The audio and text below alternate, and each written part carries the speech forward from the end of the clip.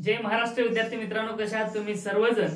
काल आपण घेतलाय ही कंडिशन, काल घेतलेली आहे L is greater than C कुठल्यामध्ये, एसी सिरीज सर्किट मध्ये आरएलसी सोबत। मग जेव्हा आरएलसी आपण सिरीज मध्ये लावत असतो तर त्यावेळेस तिथला इम्पिडन्स काय असतो, व्होल्टेज काय असतो, पॉवर फॅक्टर काय असतो, हे सगळे गोष्टी शिकायचे आहेत। आणि आपण कशाने कॉमेडी टाइपने शिकवलं होतं आणि त्या ठिकाणी सासू सुनाचे भांडण याच्यामध्ये कोण जिंकली होती, सासू जिंकली होती आणि नवऱ्याची फजिती झाली होती आणि जे काही सून आहे ती थोडीशी वीक होती। आणि आता आपल्याला शिकायचं आहे जे काही C is greater than L, म्हणजे याचा अर्थ असा आहे सी ची व्हॅल्यू मोठी आहे एल पेक्षा।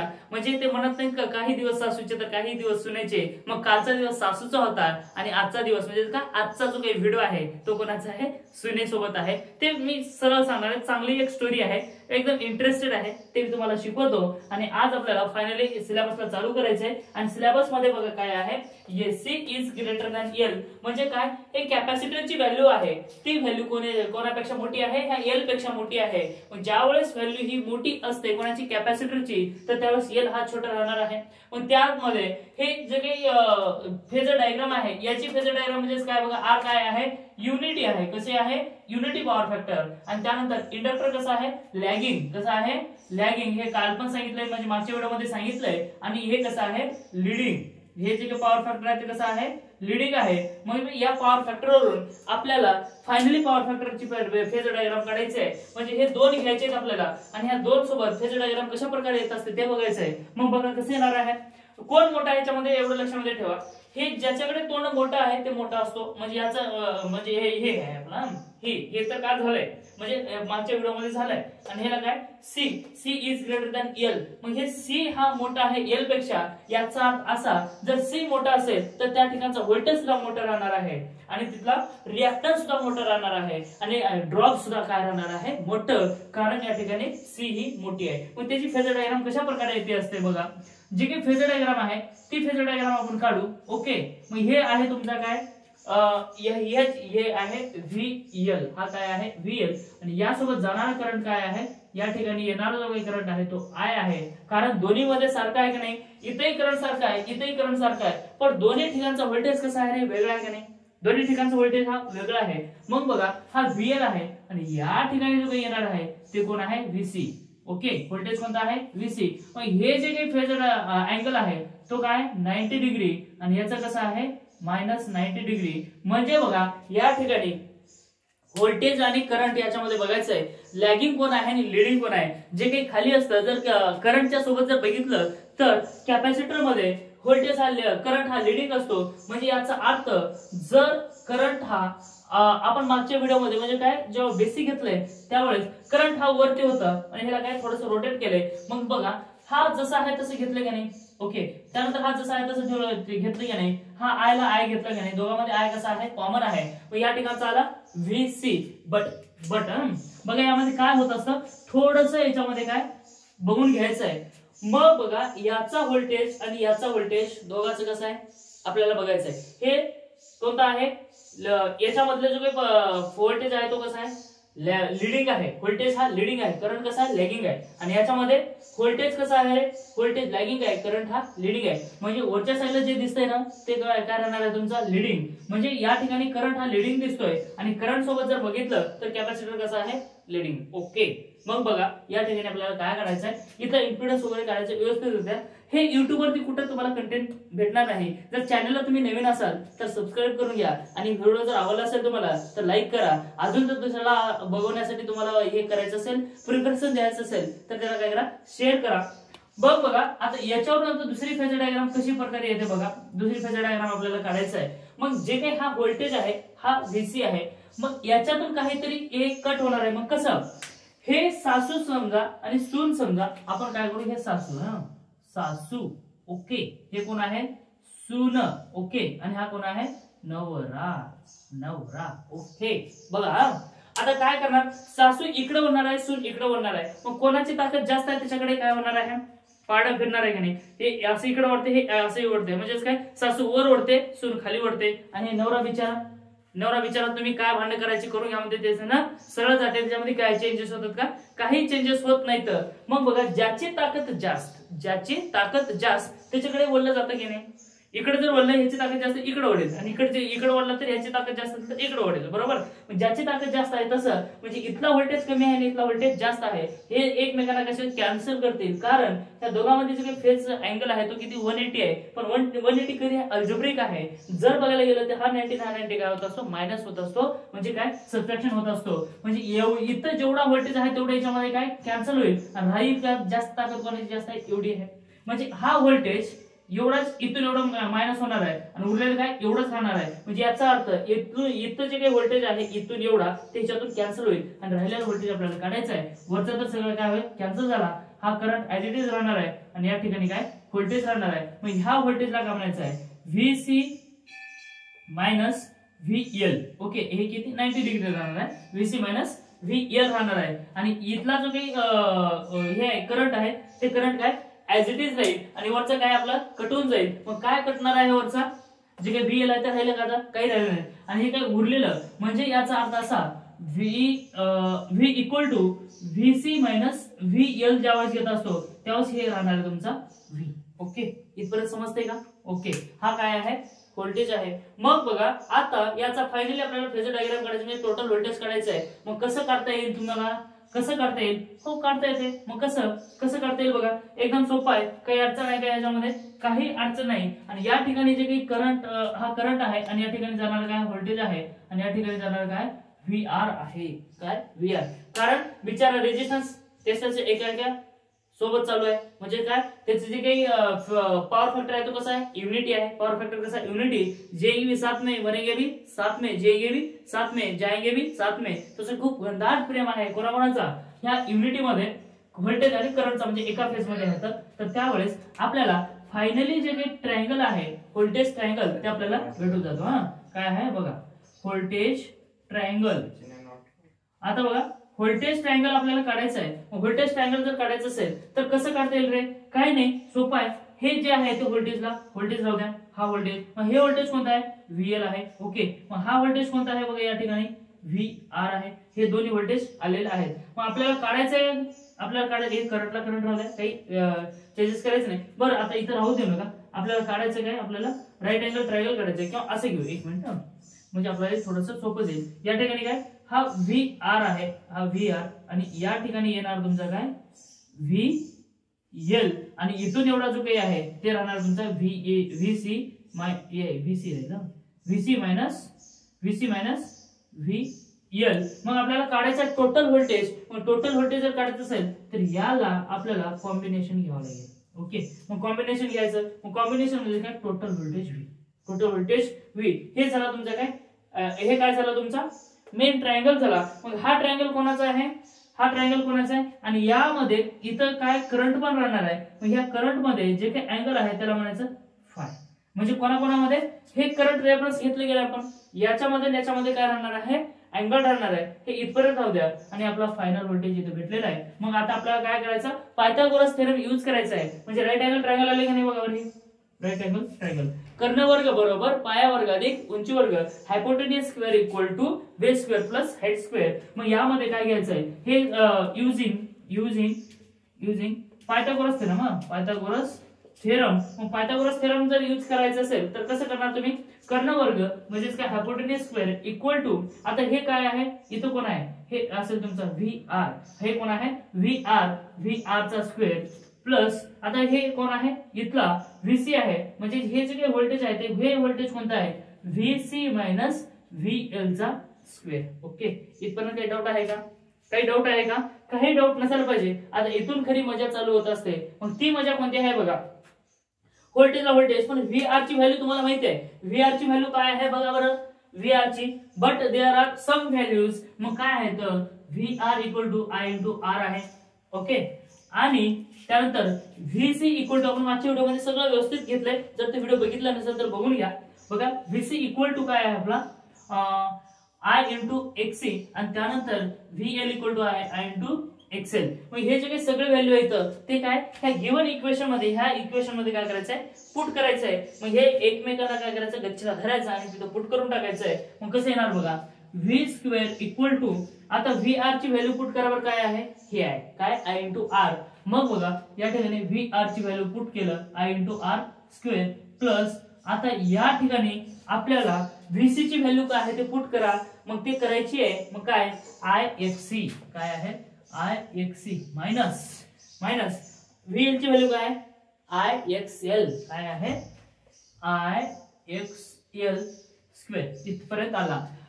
आता काय करायचंय taking square root on both side. आता दोन्ही साइडला करायचं कारण आपल्याला इथे v ची व्हॅल्यू काढायची आहे. मग इथे लिहिणार taking square root on both side.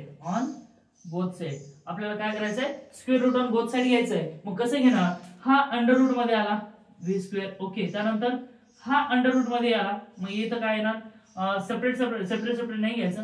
काय करा टोटल घेऊन टाका म्हणजे आपल्याला थोडंसं सोपं जाईल. मग काय येणार बघा IR चा square plus IXC minus IXL चा स्क्वेअर इथपर्यंत आलेला आहे. अंडर रूट घेतलं. मग बघा हा स्क्वेअर रूट आणि हा स्क्वेअर गेट कॅन्सल झाला म्हणजे राहिलं काय v इक्वल टू. आता बघा यामध्ये हा I आहे ह्याला बाहेर घ्या म्हणजे सेपरेट करून टाका. सेपरेट करता येत असतो. मग कसं करता येईल बघा बरं थोडं आपण इक्वल टूच्या बरोबर हा चल ओके चालते काही अडचण नाही. मग हा काय केला I स्क्वेअर आणि R स्क्वेअर चालते ना काही अडचण आहे का काय नाही. सेपरेट करून घेतलं. मग बघा या ठिकाणी इथं पण I आणि इथं पण I आहे.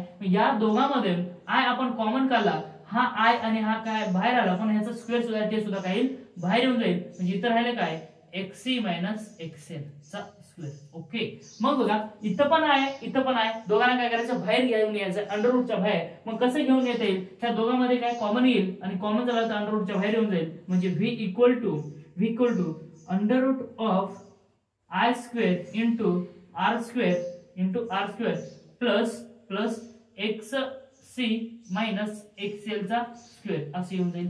मग काय करणार तुम्ही आता ह्याला हे I आहे ना ह्याला बाहेर घेऊन या. मग बाहेर जर घेऊन आला तर अंडर रूट सेपरेट करा बाहेर घेऊन काही अडचण आहे का काही अडचण नाही. मग ह्या I ला जर बाहेर घेऊन आला तर हा स्क्वेअर रूट आणि अंडर रूट करतो फक्त I चा. मग ते काय v equal to I into under root of R square plus XC काय आहे हे XC मायनस XL स्क्वेअर येऊन जाईल. ओके मग बघा हा I आलेला आहे. मग या ठिकाणी तुम्हाला एक व्हॅल्यू माहिती आहे. मग ती व्हॅल्यू कोणाची आहे बघा v equal to I into Z. बघा काय आलंय बिकॉज ऑफ झडची व्हॅल्यू तर तुम्हाला माहित आहे z equal to under root of R square plus x माहित आहे. ओके कोण आहे हा x आहे. मग हे x कशा प्रकारे आहे किंवा असं घ्या जेव्हा तुमचा रिएक्टन्स आहे RLC मध्ये त्यावेळेस XC मायनस XL चा स्क्वेअर येत असतो आणि ते आहे तुमची झडची व्हॅल्यू म्हणून I इंटू झड आलेली आहे. मग आता हे सगळं अजून काय राहिले बरं याच्यामध्ये काय आहे का याच्यामध्ये काही नाही. तुम्हाला v जर माहित असेल आणि झड माहित असेल तर करंट काढता येत असतो या सर्किटचा. जर तुम्हाला करंट माहित असेल आणि झड जर माहित असेल तर याचा व्होल्टेज काढता येत असतो. जर तुम्हाला झडही माहित आहे आणि करंटही माहित आहे तर व्होल्टेज काढता येत असतो. व्होल्टेज आणि करंट जर माहित असले या सर्किटमधून जाणारा व्होल्टेज आणि करंट जर दिलेला असेल तर तुम्हाला काय करता येत असतं व्होल्टेज आणि करंट दिलं तर झड काढता येत असतं. ते कसं v तर आला मग I equal to v by Z हा फॉर्म्युला आहे. ओके त्यानंतर जर झड जर काढायचं असेल तर Z equal to I by Z equal to तुमचं फॉर्म्युला काय येणार Z equal to v by I. असे तुम्हाला तीन फॉर्म्युले भेटले. v चा पण भेटला I चा पण भेटला आणि झडचा पण भेटलं. मग या ठिकाणी झड इक्वल टू काय आहे R square plus XC minus XL square. म्हणजे हे कधी येणार आहे ज्यावेळेस काय C हे मोठं राहणार आहे. आता नेक्स्ट कंडिशन मध्ये काय आहे नेक्स्ट कंडिशन अशी आहे की यामध्ये L इक्वल टू C असेल तर काय ते आपण लगेच सांगणार आहोत. मग यामध्ये नवरा बायकोचं काय भांडण झालेलं आहे ते आपण आता बघणार आहोत. आणि त्यानंतर याच्यामध्ये सुद्धा नवरा बायकोचं आपल्याला काय करायचंय सगळ्यामध्ये नवरा बायको आणि सासू या तिघांचे भांडण आपण एक्सप्लेन करून सांगणार आहे. बघा आता या ठिकाणी काय येतंय हे सासू आहे आणि हे सून आहे हा नवरा आहे. बिचारा काय करतोय सासूचं आणि सुनेचं जेव्हा भांडण होत असते ते तुम्ही भांडण करत घ्या म्हणते. कारण नवऱ्याला काय होत असं माहितीये का जे काही नवरदेव आहे त्याला काय वाटतंय जे काही हसबंड आहे जर सासू सारखं बोललं म्हणजे तिच्या आई सारखं बोललं तर तिच्या बायकोला राग येत असतो आणि बायको सारखं बोललं तर तिच्या आईला राग येत असतो. तर त्याच्यावरच काय करते ते दोघालाही बोलत नाही त्याच तर उठायचं कामाला निघून जायचं. म्हणजे बघा हा नवरा आहे कोण आय. हे आय बिचारा काही घेत नाही उठते डबा घेते जाते उठते डबा घेते आणि जाते. काही टेन्शन आहे का त्याचं डबा घेते म्हणजे काय टिफिन ते टिफिन घेते आणि त्याचं ना जाते. हे दोघं सासू सून काय करतात, भांडण काढून घेत असतात. मग मागच्या मध्ये सासू जिंकली होती, यामध्ये कोण जिंकणार आहे, कोण जिंकणार आहे, सून. ओके, मग बघा हे सासूची ताकद थोडीशी कमी पडली म्हणून व्होल्टेज सारखा, म्हणजे व्होल्टेज कोणाकडे आलं, सुनाकडे आलं. म्हणजे सासूचे कोणीतरी चूक काढले म्हणून ते कोणाकडे आलेले आहे, सुनाकडे व्हॅल्यू सुनाकडे आले. मग सुनेचे जास्त पुरावे खरे झाले आणि सासूचे पुरावे थोडेसे रॉंग झाले आणि त्यावेळेस बघा पाडा कोणाकडे फिरला, सुनेकडे. म्हणून सासू सून भांडण करून घ्यायचे आणि तुम्ही भविष्यामध्ये सून होणार आहेत कोणाचे ना कोणाचे आणि तुम्ही कोणी आहात ते काही बघत आहात. ओके, मग बघा सासू आणि सुनाचे भांडण झाले आणि नवरा काय कोणाकडे राहिलाय, ते आईला सोडून दिलंय आणि राहिला कोणा बायकोकडे, कारण नवऱ्याला काही घेणे देणं नाही. आणि पुढच्या ह्याच्यामध्ये दोघी बी हारतात आणि नवरा जिंकतो, तसे आपल्याला बघायचं आहे. मग बघा यामध्ये झड तर आलेला आहे तुमचा. ओके, आय पण आलेला आहे, झड पण आलेलं आहे. आता आपली नेक्स्ट कंडिशन काय आहे, नेक्स्ट कंडिशन आहे आपली, नेक्स्ट कंडिशन बघायची आपल्याला L इक्वल टू सी.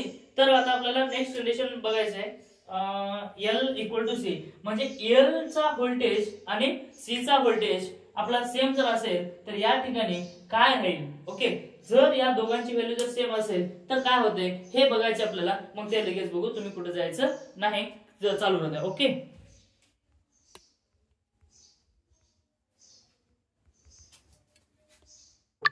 आता नेक्स्ट बघायचे आपल्याला L इक्वल टू सी, म्हणजे याचा अर्थ असा जेवढा L आहे तेवढा C राहणार आहे. म्हणजे L चा व्होल्टेज जेवढा आहे तेवढा C चा व्होल्टेज राहणार आहे. R चा काही रोल नाही, R कॉन्स्टंट आहे.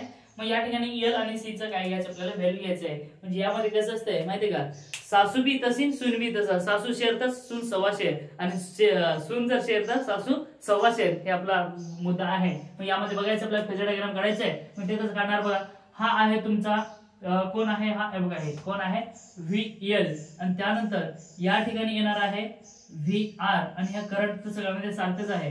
यानंतर इथं काय, हे आणि हे दोन्ही कसे आहेत, सेम आहेत आणि हे काय आहे तुमचा VC.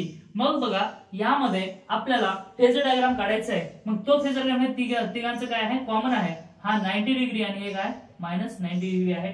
हा मेन झाला, म्हणजे या सर्किटचा फेजर डायग्राम झाला आणि VL इक्वल टू VC आहे. हे कंडिशन आपल्याला सॅटिस्फाय करायचं आहे. पण त्या कंडिशन मध्ये झेडची व्हॅल्यू काय येईल आणि ते सगळ्या गोष्टी काय ते आपल्याला शिकायचं आहे. मग बघा यावेळेस आपल्याला जेव्हा आपण फायनल फेजर डायग्राम काढत असतो, हे काय आहे सासू, आपलं हे सासू आहे, ही कोण आहे सून आहे आणि हे कोण आहे नवरा आहे. ओके, यामध्ये डिवोर्स होत असतो.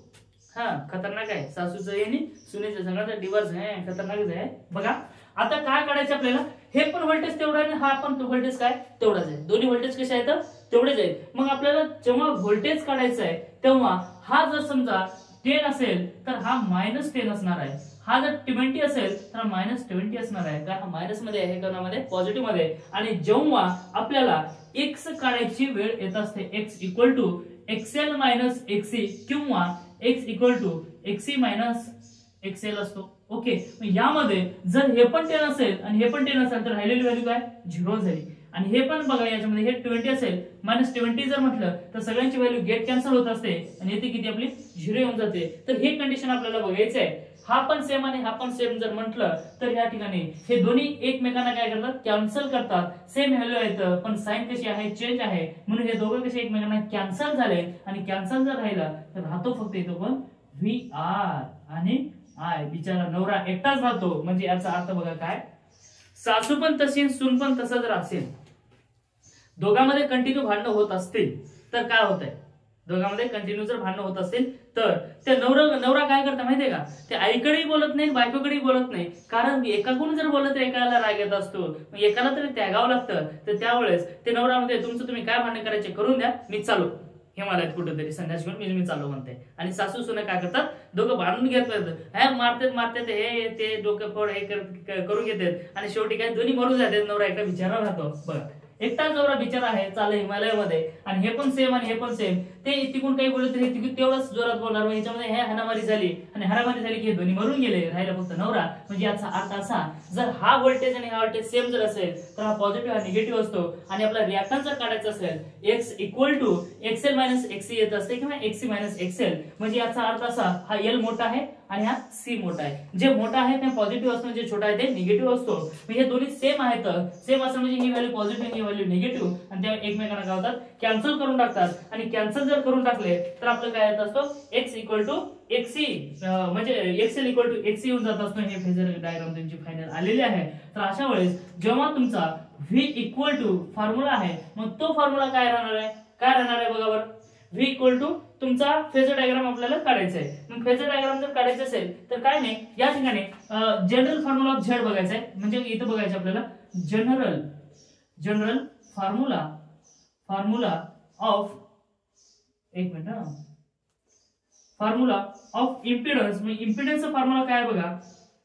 मग इम्पिडन्सच्या फॉर्म्युल्यानुसार आपल्याला बघायचं झेड इक्वल टू काय झेड इक्वल आर प्लस जे एक्स. मग आता हे जे एक्स आहे म्हणजे इमॅजिनरी फंक्शन आहे आणि एक्स ची व्हॅल्यू आपल्याला माहित आहे. एक्स म्हणजेच काय त्या ठिकाणी काय येत असतो एक्सएल किंवा एक्ससी ची व्हॅल्यू येत असते. मग बघा या ठिकाणी आपल्याला एक्स ची व्हॅल्यू जर घ्यायची असेल तर काय घेईल एक्सएल मायनस एक्ससी कशामध्ये किंवा और X equal to XC minus XL. मग हे कशामध्ये येणार आहे ज्या वेळेस तुमचा सर्किट हा आरएलसी असेल तर. आणि आरएलसी जर आला तर एवढं सोपं आहे. मग बघा यामध्ये आपली व्हॅल्यू कशी भेटणार आहे मग तुम्हाला v equal to I into Z होतं ना ते मागच्या याच्यामध्ये आले बघा. आपला जेव्हा आपण व्होल्टेज काढत असतो मग ते व्होल्टेज काढत असताना जर एक्सएल मोठा असेल आणि एक्ससी जर मोठा असेल तर ती दोन्हीची गोष्ट मी तुम्हाला सांगणार आहे. मग बघा आपल्याला v equal to I into काय होता झेड होता.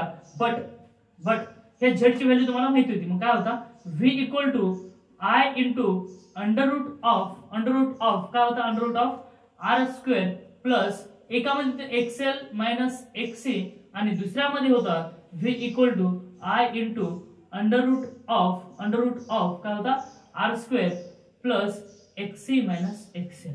ओके मग या ठिकाणी आता आपल्याला बघायचं आहे v इक्वल टू आर येऊन जातो. मग ते कसे येणार आहे ते मी तुम्हाला सांगणार आहे. मग बघा इथं बघायचं आहे XL equal to XC condition आपली आहे. मग हे व्हॅल्यू याच्यामध्ये पुट करा कुठल्याही फॉर्म्युलामध्ये पुट करा काही अडचण नाही. v equal to I into under root of R square plus XL minus XC. मग आता ह्याची व्हॅल्यू पुट करा v equal to I into under root of R square plus समजा याची व्हॅल्यू 10 असेल तर याची पण कशी आहे 10 ठेवून टाकू. मग काय येणार आहे बघा 10 मायनस इथं स्क्वेअर आहे आपले बाय मिस्टेक. ओके या ठिकाणी काय 10 राहणार आहे. मग हे स्क्वेअर करा. मग हे 10 आणि हे 10 झालं 0. मग 0 झालं तरी व्हॅल्यू पूर्ण झाली. हे जर पूर्ण होते 0 v equal to I into under root of R square आलेला आहे. v इक्वल टू हा स्क्वेअर आणि हा स्क्वेअर रूट गेट कॅन्सल राहिलं काय v इंटू आर. ओके मग याचा अर्थ बघा जे काही झेड व्हॅल्यू आहे तुमची मग ते झेड ची व्हॅल्यू काय येणार आहे बघा. जर जनरल फॉर्म्युलेमध्ये जर तुम्ही हे व्हॅल्यू ठेवलात मग झेडचा फॉर्म्युला काय आहे बघा Z equal to under root of R square plus XL minus XC चा स्क्वेअर. म्हणजे याचा अर्थ Z equal to R under root of R square येऊन जात असतो. कसं कारण हे कसं 0 होऊन जाणार आहे आणि हे जर 0 झाले तर या ठिकाणी काय राहणार ओन्ली आर राहणार आहे. म्हणून झेड इक्वल टू काय राहील आर. म्हणजे बघा जेव्हा एक्सएल इक्वल टू एक्ससी जर असेल तर जेवढा झेड आहे तेवढाच आर राहणार आहे. कधी ह्या कंडिशन मध्ये कारण बिचारा नवरा एकटा आहे आणि हे दोन्ही भांडून घेऊन घेतले आणि नवऱ्याला बिचाराला बाजूला काढून टाकले. म्हणजे याचा अर्थ हे दोन्ही कॅन्सल झाले राहिले का फक्त रेजिस्टन्स आणि हे दोन्ही काय कॅन्सल झाले राहिले फक्त रेजिस्टन्स. म्हणजे ह्या रेजिस्टन्स मध्ये जेवढा झेड आहे इम्पिडन्स आहे तेवढाच रेजिस्टन्स असेल आणि त्यालाच म्हणतो आपण झेड म्हणजे काय इम्पिडन्स. जेवढा रेजिस्टन्स तेवढा इम्पिडन्स जेवढा इम्पिडन्स तेवढा रेजिस्टन्स. तर आपलं फायनली आरएलसी सर्किट संपलेलं आहे आणि त्यानंतर घ्यायचे आपल्याला रेझोनन्स फ्रिक्वेन्सी खूप महत्त्वाचा कन्सेप्ट आहे. आणि तुम्ही जर पॉलिटेक्निकला जर शिकत असाल ते इलेक्ट्रॉनिक्स असेल किंवा इलेक्ट्रिकल असेल यामध्ये जो काही रेझोनन्स फ्रिक्वेन्सी आहे ते सिरीज आणि पॅरलल ते दोन्हीचे एक एक्झाम मध्ये खामखास येते म्हणजे येते आणि हे कंडिशन सुद्धा तुम्हाला एक्झाम मध्ये दिसते. खूप इम्पॉर्टंट आहे. हे तिन्ही कंडिशन पैकी 2 कंडिशन सॅटिस्फाय करा म्हणतात. एकदम सोपं आहे काही अडचण नाही. मी जसं सांगितलं तसंच घ्या आणि एक स्क्रीनशॉट काढून घ्या आणि व्हिडिओ जर आवडला असेल तर लाईक करा शेअर करा आणि सबस्क्राईब करायला मात्र विसरू नका आणि कंटिन्यू काय करा अभ्यास करत चला. Thank you take care bye bye all the best.